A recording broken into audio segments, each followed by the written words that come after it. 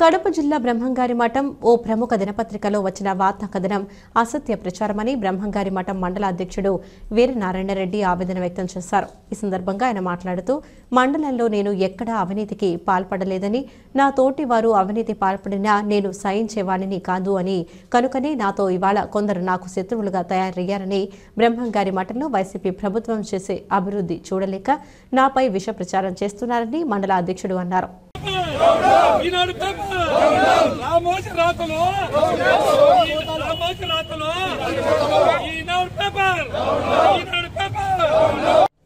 ఈనాడు పేపర్లో భీమమఠం మండలంలో వైఎస్ఆర్ పార్టీ నాయకులు 3 కోట్ల ఆస్తి భూకజ్జా అని ఈనాడులో పేపరు వచ్చిన కారణంగా ఈరోజు పత్రికా సమావేశం ఏర్పాటు చేయడం జరిగింది.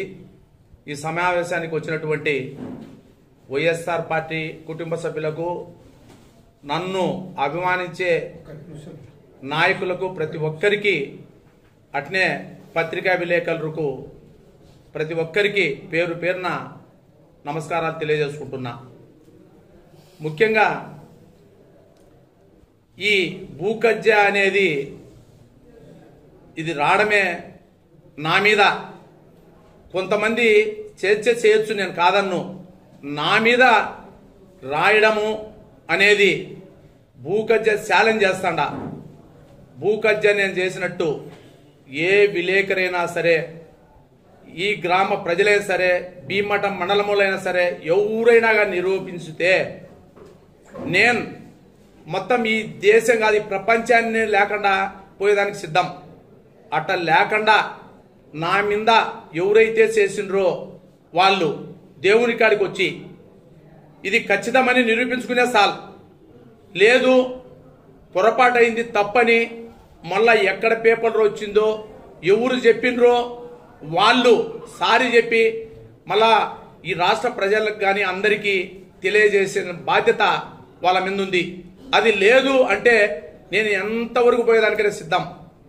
నేను నీతి నిజాయితీతో భీమమఠం మండలంలో నీతి నిజాయితీగా ఉండే ఏకైక వ్యక్తిని నేను.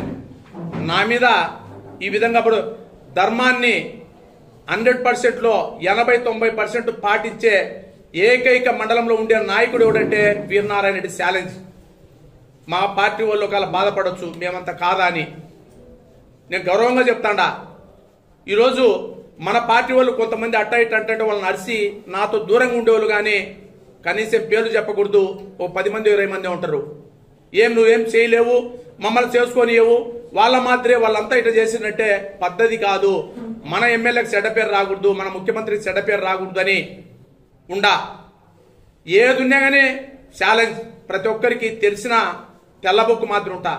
ప్రతి ఒక్కరు ఎవరైనా అడగొచ్చు, సగం పొద్దున అడగొచ్చు ఏమయ్యా ఇదని.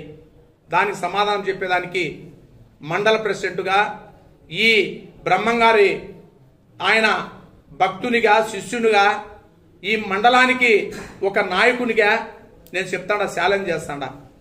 ఎవరైనా సరే ఛాలెంజ్, ఏ దాంట్లో అయినా ఛాలెంజ్. 80% నాకాడ ధర్మం లేకుంటే మీది ఏం చెప్పినా కానీ సిద్ధం. ఈరోజు ఈ భూకజ్జా అని దానికి కొంతమంది స్వార్థ నాయకులు, కొంతమంది గవర్నమెంటు దేవాలయాల భూములు అన్యాక్రాంతం చేసే నాయకులు, వాళ్ళ అనుచరులు, ఇప్పుడు ఇది వాస్తవంగా నేను సిగ్గుదించుకోవాల్సిన పరిస్థితి ఉంది. ఈ రోజుకి కానీ రౌడీజం, దుర్మార్గులది మఠం మండలంలో పరిపాలన మోసం జరుగుతుంది. నేను ఎన్నోసార్లు జెడ్పీ మీటింగు, మండల మీటింగు, ఎమ్మెల్యేకు, ఎంపీకి, ముఖ్యమంత్రికి కానీ లెటర్ పెట్టినా. సార్, మా భీమమఠం మండలంలో దోపిడీ జరుగుతుంది. రెవెన్యూలో మొత్తం మన మండలంలో ఒక 40,000 ఎకరాలు ఉంటే 80,000 ఎకరాలు దొంగ పాస్బుక్లు తీసుకొని బ్యాంకులు కొల్లగొట్టి ఉండరు. బ్యాంకులు బినామీ పేర్లు తీసుకొని ఎకరాకు 1,00,000. ఈ విధంగా ఉండదని నేను ఎన్నోసార్లు జెడ్పీ మీటింగ్లో మొత్తం ఫిర్యాదు చేసిన. రెవెన్యూ వల్ల అవకతవకలతోనే వీళ్ళు ఎర్రబీగిపోతాండారు. మొత్తం సింగరాయ మాన్యం ఉంది, సింగరాయ స్వామి దేవుని మాన్యం ఉంది. దేవుని మాన్యంలో ఆక్రమించుకుంటే స్వశక్తిగా ఇబ్బంది ఉండదు. ఎందుకంటే వాళ్ళు బతకలేకనో బతికో లేకుంటే సొంత ఇల్లు వేసుకునే కానీ పర్వాలే.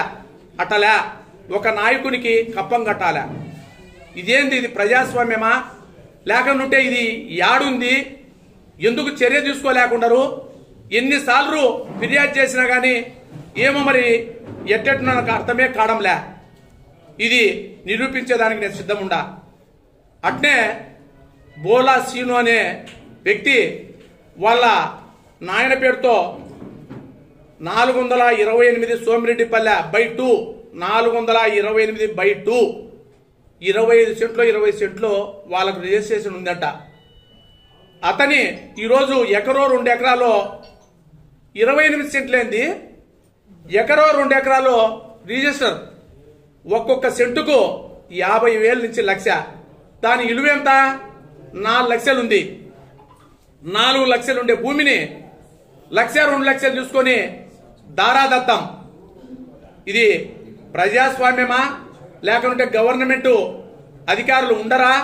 ఇంత అవినీతి చేస్తుంటే ఎన్నోసార్లు ఫిర్యాదు చేసాం, పట్టించుకోవడంలే. దీనికి ఈ సర్వే నెంబర్ వాళ్ళు ఏదో వేసిండ్రు.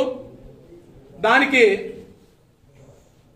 తిప్పన శనరాయుడు అని ఆంధ్రజ్యోతి విలేకరి రామతీర్థం, ఇప్పుడు ప్రస్తుత నాగేశు వాళ్ళ తాత 1978లో తహసీల్దార్ పట్టా ఇచ్చిండు. చూడండి ఒకసారి. అయిపోయినాక 1998లో వాకా విజయసింహారెడ్డి, పీరారెడ్డి, ఉలవపాడు ఆయనకు రిజిస్ట్రేషన్ చేసిండ్రు. ఇది ఈ భూమి. ఈయన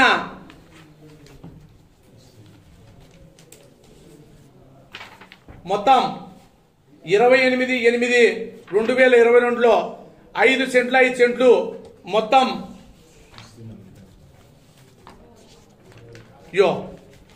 చూడండి ఫ్లాట్లు వేసి రాళ్లు బాతి వాళ్ళందరికీ అమ్మిండ్రు. 5 సెంట్లు 4 సెంట్లు 3 సెంట్లు ఈ ఫ్లాట్లు చూడండి అమ్ముతే కొంతమంది ఆ ప్రభుత్వంలో ఆక్రమించింది 1-2 చూపింది. ఆ ప్రభుత్వంలో ఆక్రమించి అన్ని చేసి వీళ్ళందరికీ బాధ ఏంటంటే మొత్తం అందరికి నోటీసులు ఇచ్చినాం. మొత్తం బ్రహ్మంగారి మఠంలో పుణ్యక్షేత్రము చుట్టుపక్కల మొత్తం అన్ని దేశ రాష్ట్రాల నుంచి వస్తుంది. ఇది బాగుండాలని మొత్తం ఎడల్పు చేసి అందరి సమక్షం అఖిలపక్ష కమిటీ పెట్టి అందరిని ఎడల్పు చేసినాం. మళ్ళా ఆక్రమిస్తాను. కొంతమంది చెప్పిన పేర్లు ఉన్నాయి, ఇచ్చినాం. ఆల్రెడీ 60-70 మంది పేర్లు తీసుకొని అధికారులు ఇచ్చినారు. రెవెన్యూ వాళ్ళు ఇచ్చిండ్రు. కలెక్టర్ జెడ్పీ మీటింగ్ లో మాట్లాడినా మీరు పగలగొట్టుకొని ఉంటే మేము ఎవరి అంట మళ్ళీ అట్ట వేసుకొని సార్ మాకు ఇంతకాడికి మించదని ఇప్పుడు సర్వే జరుగుతుంది అంటే డిలే చేస్తాను. డిలే చేస్తాను. లెక్క తీసుకున్నారు, లంచం తీసుకోలేదని నేను చెప్పాను. తీసుకున్నారని నేను చెప్పాను. లంచం తీసుకోకుంటే ఎప్పుడో కొడతారు. కొంతమంది చెప్పినా కదా నాయకులు, వాళ్ళ బంకులు ఉన్నాయి. ఏ 10-20 ఒక 50,000 60,000 నెలకు ఆదాయం వచ్చనేది అదంతా బాధ. 50,000 పోయింది అని. మనం పాపం చాలా బీదోళ్ళకి అన్యాయం చేసినాం. ఒక 10-20 మందికి మీకు పక్కన చూపించమమ్మా బెన్నె కొడతామంటే వాళ్ళు వదిలేసిండ్రు. పెద్ద కోటీశ్వరుడు అప్పుడే తిరగమలిండ్రు. ఎందుకు నాకు 50,000 60,000 లచ్చపోద్ది నెలకు వచ్చేది బంకల్లో? అంత నీచం. బంకల్లో వచ్చే లెక్క నాకు లేకుండా పోతుంది ఇవన్నీ అని ఆ రోజే అదంతా ఉంది, రికార్డు ఉంది, అయ్యాని పెడతాం. అడ్డం వచ్చి అది ఇదని డెవలప్మెంట్. ఇప్పుడు మఠం ఎవరు వచ్చినా కానీ అప్పుడు రథం తిరగాలంటే అటు తిరక్క ఇబ్బంది పడి అంతా ఉండరు. ఈ రోజు వచ్చిన వాళ్ళంతా ఇది మఠమా కాదబ్బా ఏంది ఇంత ఎడలిపోయింది అది ఇది అంటారు. నా సొంత లెక్క పెట్టుకున్నా 15-20 లక్షలు పెట్టినా. నా సొంత లెక్క పెట్టి 15-20 దానికి నాకు సాయం చేసింది ఈయనే ఉండడు రమణారెడ్డి. ఒక 50,000 రూపాయలు డబ్బులు ఏర్పాటు చేయించుండ్రు దీప్తి రమణారెడ్డి. ఇంకొకరు ఇంకొక 50,000 చేయించుండ్రు. అంతకు తప్ప ఎవరు కానీ మిషన్లు పెట్టి టిప్పర్లు పెట్టి అంతా ఎడల్పు చేసినాం. నిన్న కలెక్టర్ గారికి అదే మీటింగ్ లో చెప్పినాం. సార్ మాలగిట్ట కథ అంటే నా జేసీబీలు పంపిస్తాం, మీరు కొట్టేది లేకుంటే ఎస్సీని వాళ్ళని చెప్పిన సస్పెండ్ చేస్తాం మీరు తొందరలో. మీరు చేయకుంటే ఏకైక అడిగేది జిల్లాలో మఠం ఎంపీపీ జెడ్పీటీసీ రాంగోవింద్ రెడ్డి తప్పక మఠంలో ఎడల్పు చేయాలా కొట్టండి అని. ఇంకా ఎవరు కొట్టుకుంటే నా మిషన్ పంపిస్తానని చెప్పి ఆదేశాలు ఇచ్చిండు. ఇచ్చే మొత్తం అంతా నోటీసులు ఇచ్చిండు. దానికి కానీ ఇప్పుడు మనం బ్రహ్మంగారి మఠంలో డెవలప్ చేయాలా, బాగుండాలి, ఎడల్పు పని ఇంత చేస్తంటే మనము దాన్ని ఎట్టో కూడా చెడగొట్టాలా? ఎందుకు? మాల లచ్చే బంకులు 10-20 బంకులు వాళ్ళే సొంతం, బంకుకు 5,000 10,000 అవి లేకుండా పోయిందని. ఇప్పుడు సింగరాయమాన్యం ఉంది, సింగరాయమాన్యంలో ఎవరైనా బీదోళ్ళు వేసుకునేదానికి అది దేవుందైనా కానీ తప్పే అయినా కానీ వేసుకోవచ్చు. కప్పం కట్టి వేసుకోవడం ఏంది? అది డబ్బు కట్టాలా, ఆ నాయకునికి డబ్బు కడితేనే ఆడబేయాలా, లేకుంటే అందుకని ఇంకా చెడ్డ పేరు వచ్చారని 100% మా అనుచరులు అందరిని పోయి వేసుకోమని చెప్తా.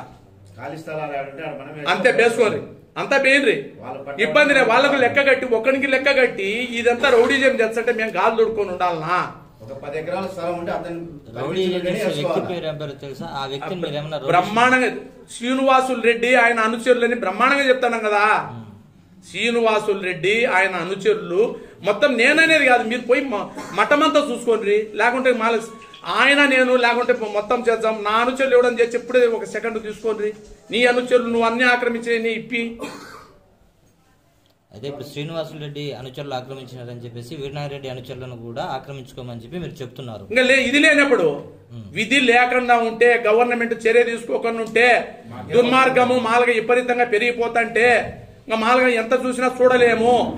మనం సైకున్నా గానీ మా మీదికి కానీ ఇట్లా దుర్మార్గంగా ఎన్ని పెట్టి ఇట్లా చేసినప్పుడు, అవమానం జరిగినప్పుడు, విధి లేని పరిస్థితుల్లో నా అనుచరులు నేను గాని చెప్తాడా మొత్తం ఎక్కడెక్కడ ఆక్రమిస్తాండ్రి, గవర్నమెంటే దిగొచ్చది.